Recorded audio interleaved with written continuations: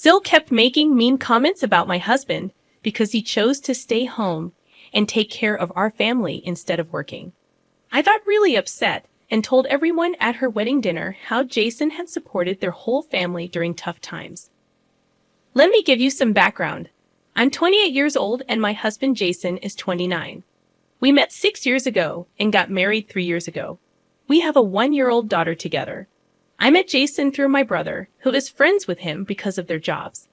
Jason used to be a police officer, and my brother owns a pizza place where Jason used to hang out.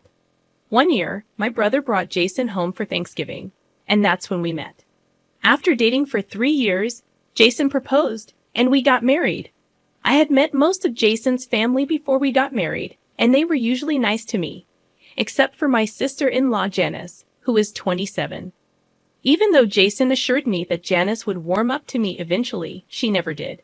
She never openly showed her dislike for me in front of others. Instead, she would make subtle insults and backhanded compliments, passing them off as jokes. At first, it really bothered me, but after a while, I got used to it. I got used to ignoring Sil's mean comments because I didn't want to give her the satisfaction of seeing me upset. She never said anything rude when my husband Jason was around, probably because she didn't want to upset him. Jason knew about the tension between his sister and me and made sure I wasn't alone with her during family visits. I didn't want Jason to cut off his family because of Sil's behavior, so we just pretended everything was fine. We both tried to ignore Sil's comments, even though it wasn't easy. We didn't really have any other choice. Looking back, I wish I had spoken up instead of staying silent. I was worried about causing trouble or being seen as overly sensitive. But I couldn't stay quiet any longer, especially after what happened recently. Jason used to be a police officer, but he quit his job to be a stay-at-home dad a few months ago. I'm a working mom with a demanding job as a trauma surgeon. My husband and I were struggling to balance our careers with raising our daughter. Both of us had demanding jobs and couldn't spend much time at home. We relied on daycare and our parents to take care of our daughter when needed, but it didn't feel like enough. We felt like we were missing out on important time with her, and we worried she wouldn't have us around much as she grew up. About a year ago, my husband Jason and I had a serious talk about this. He decided to quit his job as a police officer so he could spend more time at home with our daughter. I didn't push him to make that choice, but he felt it was the right thing to do since I earned more money, and he believed it was fair for our daughter to have one of us around most of the time. I asked Jason countless times if he was sure about quitting his job to become a full-time dad. It was a big decision, and I wanted to be sure he wouldn't regret it or feel resentful toward me. But he reassured me that he was happy to take on this role. Even though he loved being a cop, he seemed genuinely content spending his days taking care of our daughter and managing the household. We talked about it recently, and he admitted that it was a bit challenging at first to adjust to being a stay-at-home dad after working for so long. But over time, he found it easier, especially because he could spend quality time with our daughter. He's really happy with how things have turned out. He used to dream of being a cop, but now his biggest dream is being a father, and I think that's pretty amazing. However, Jason's family doesn't see any beauty in our situation. I probably should have expected this, considering they're pretty traditional. While they allow women to work, there's a catch. They don't allow men to work at home. None of the men in Jason's family do household chores because they think it's beneath them. So the women end up doing both their jobs and the household work, or they're pressured to quit their jobs altogether, like my mother-in-law did. What's even crazier is that they don't see anything wrong with this setup. They think it's perfectly fine. Jason and I have talked about this, and we both agree it's a backward way of thinking. But we've never brought it up with his family because they just come up with excuses to justify their beliefs, and we didn't want to get into arguments with them. If they're happy living their lives that way, who are we to judge them? Thankfully, we found a different path for ourselves. Jason and I have always divided our responsibilities equally, and sometimes he even does more household chores if I have to work late. Now, with him staying at home full-time, he's taking care of everything at home while I focus on my job to support us. We believe that as long as we're all happy and healthy, and there's food on the table. It doesn't matter who does what. However, his parents and sister strongly disagree with this. They're upset with Jason for quitting his job and staying home with our daughter. They think it makes him less of a man or something, and they've been arguing with him about it for months. I tried to step in at first, but his parents made it clear that my involvement would only make things worse. Jason didn't want me to defend him either because he didn't want to drag me into the conflict. So I decided to stay out of their way. It took them a while, but eventually they accepted our new arrangement and stopped bringing it up. It probably helped that they had other things to focus on, like Janice getting engaged. Her boyfriend, Harry, proposed after they'd been together for 2 years. Everyone was so caught up in the excitement of the engagement that they pretty much forgot about Jason's situation for a while. We were grateful for the distraction because it meant we didn't have to deal with any arguments from his family about Jason staying home. It seemed like everything had blown over, and we wouldn't have to hear about traditional gender roles again. But then, at Janice's rehearsal dinner yesterday, the topic came up again. So we had a bit of a crisis. Janice's wedding was just a day away, and we needed to figure out how to handle the situation quickly. We needed help urgently, so we posted about it hoping for a fast response. During dinner at the rehearsal dinner, Jason and I were sitting across from Janice and her fiancé Harry. Their parents and a few other family members were there too, and we were all chatting happily. Everything seemed fine, and I was relieved that we were getting along well, especially after the tension from Jason quitting his job.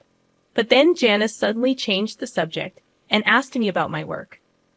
I felt really uncomfortable, but I had to answer Janice's question about my work because it seemed innocent enough. I just said everything was going well and hoped she'd leave it at that. But then she turned to Jason and made a joke about how he's now living a life of leisure since he's not working and relying on my income. She didn't stop there. She kept making jokes about how he's not in charge anymore and cracked some other mean jokes about him. Jason tried to brush it off and smile, but it was clear he was hurt. I couldn't take it anymore. It was like all the frustration from dealing with Janice and her family's outdated views just boiled over. So I decided to bring up something that nobody wanted to hear. I couldn't hold back anymore, so I told Janice that she could joke all she wanted, but Jason was still a better person than anyone in their family. I pointed out how audacious it was for her to make fun of Jason, considering that without him, she wouldn't have been able to go to college or even meet Harry. Jason had been helping his parents financially since he was 18. It was a dark time for their family when Jason's father lost his job while Jason was still in high school. Janice was too sheltered to notice the struggles in her own family, and her parents and Jason made sure to shield her from it. They never said no to her, even when they were struggling themselves. Jason had to work 2 jobs to support them while his father searched for work. Thankfully, they only had to endure this hardship for about a year, thanks to Jason's support and some savings. Janice never knew about any of this until I brought it up at the rehearsal dinner. She was shocked, and so was everyone else, because the secret had been kept for almost a decade. Nobody was supposed to talk about it because they didn't want Janice to find out. But after all those years, I finally brought it up, and now she knew exactly how much she owed to her brother. She had no right to make fun of him or put him down. Everyone else might have kept quiet to protect her, especially Jason, but I couldn't stand by silently. After I spoke up, there was just silence at the table. After a moment, Jason and I left, and we walked back to our hotel room without saying a word. Even when we got there, we didn't discuss what had happened at dinner. I knew it would become a big deal, and so did Jason. But his silence told me he didn't think I did anything wrong, so there was no need to talk about it further. The next morning, when I woke up to the sound of knocking on our door, and it was Jason's parents. They wanted to talk to me right away. After they came in and we all sat down, they got straight to the point. They told me that the family wanted me to apologize to Janice. They felt that what I said at dinner was something they had kept from her for a long time, and it wasn't right for me to bring it up. They said it wasn't my place to say those things to her, and it had ruined the atmosphere of the evening.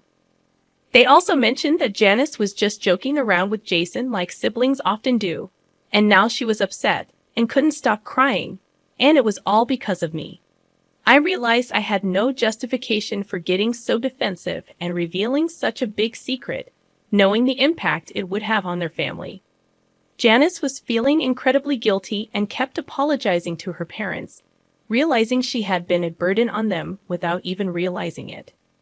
Her parents explained that she was having a total breakdown, which is exactly why they never wanted her to know the truth about their past struggles.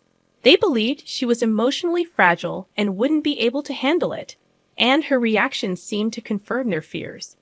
Now they want me to apologize to Janice and the rest of the family for my outburst and tell her I didn't mean what I said. I have until the end of the day to decide, but they want me to resolve things before her wedding tomorrow. There's a one-day gap between the rehearsal dinner and the wedding, so she has time for her friends to arrive. It's fortunate that I have until the evening to decide what to do. Jason believes I shouldn't apologize because I was just standing up for him, and Janice has always been rude to me, so it's time I stood my ground. I've been leaning towards the same viewpoint. However, with Janice's wedding coming up tomorrow, I don't feel good about potentially causing her to have a breakdown right before her big day. Most of her family members think I owe her an apology, but I know their opinion is biased. Even Jason's opinion might be influenced by our situation. So I've turned to Reddit for a neutral perspective. I brought up how my husband helped his family in the past because Janice kept making fun of him for being a stay-at-home father. Update 1. It's evening now, and I've read the comments. I've decided I don't need to apologize for anything. Jason and I are packing up to leave because it would be awkward if I don't apologize and still go to Janice's wedding tomorrow. We're going to tell his parents we're leaving, because it wouldn't be right to just disappear without saying anything. Jason and I discussed this earlier, and he thinks it's the right thing to do. Janice has always been rude and insensitive, and it's time she faces the consequences. Jason's family has been difficult to deal with since he quit his job. He expected them to support him, but they haven't. They make him feel bad for wanting to spend time with his daughter. We knew that they had old-fashioned views about work and household chores, but we hoped they would change. Since they haven't, it's their fault if we stop talking to them. We're happy with our lives, and if they can't be happy for us, we don't want them around. They've been negative and critical of us for months, and we don't need that kind of energy in our lives. So we stood up for ourselves because we had enough. Jason's parents didn't like it and called us selfish, saying we needed to consider how our actions would affect Janice's wedding. They thought our absence would cause a scene and take the attention away from her. Janice herself showed up after hearing the argument. She said it was okay if we didn't come to the wedding, and actually preferred it that way. But then she accused me of being selfish and trying to ruin her wedding. We ended up arguing, which wasn't great, but it gave us a reason to leave without more drama. They didn't try to stop us, which was a relief. We just want to focus on our own lives now. We might forgive them if they apologize, but that seems unlikely. Right now, we're just happy to be home with our daughter. Jason's playing with her while I write this. Our family feels perfect, no matter what anyone else thinks. Hey everyone, this update is a day after the wedding, which we didn't attend. Apparently, there was a lot of talk about us, mainly from Janice herself. It's funny because her parents were worried our absence would make the day about us. But Janice made it about us anyway. She told distant relatives about our argument, making a big deal out of it. Some people are reaching out to Jason for details, wanting to be part of the drama. We're staying out of it and being vague in our responses. We don't want to stoop to their level and get into more fights. Janice loves drama, and we don't want to give her more. We're ignoring everyone and trying to take the high road, even though they talked about us behind our backs. We just want to move on and leave the drama behind.